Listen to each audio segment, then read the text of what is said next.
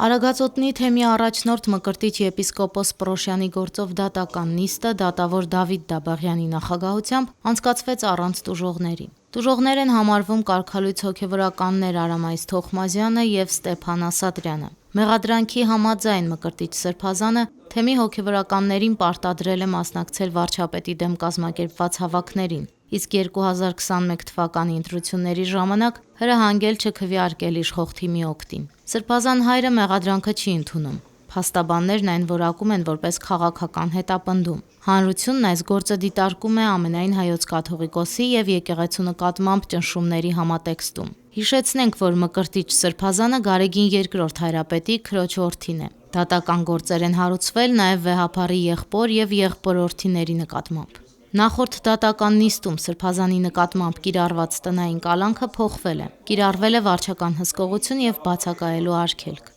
Նախորդ երկու նիստերի ընթացքում պաշտպանները դատարանին խնդրել էին քննչական կոմիտեից պահանջել գործին առնչվող լրացուցիչ նյութեր, նշելով, որ դրանք անհրաժեշտ են արդար դատաքննության համար։ Դատարանը միջնորդությունը մասնակի է բավարարել, սակայն քննչական կոմիտեն մինչ օրս հրաժարվում է տրամադրել նյութերը, պատճառաբանելով, որ դրանք չեն վերաբերում տվյալ վարույթին եւ նախաքննական գաղտնիք են։ Հիշեցնենք, որ Սրբազանին կալանավորելու օրը թեմի տասնյակ հոգևորականներ էին հարցաքննվել, խուզարկվել էին քահանաների տներն ու առգրավվել անձնական իրեր։ Այդ նյութերում պաշտպանների խոսքով կարող են լինել գործի համար կարևոր տեղեկություններ։ Դատարանին երկրորդ անգամ քննչական մարմինը գրեց, որ չի կարող տրամադրել նյութերը,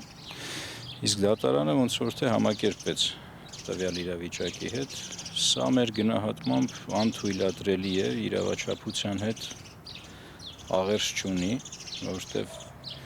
քրեական դատավարությունը չի ենթադրում դեպքերի նման զարգացում։ Դատարանից կարևոր ու կոմպետենտ մարմին չկա արդարադատության համակարգում։ Այդ բոլոր մարմինների աշխատանքը ի վերջո դատարանի համար է։ Եվ մեր գնահատմամբ սա անթույլատրելի է։ Մենք պաշտպանական խմբով հիմա կստանանք բոլոր գրագրությունները, լրացուցիչ կուսումնասիրենք եւ կհասկանանք մեր հետագա քայլերը։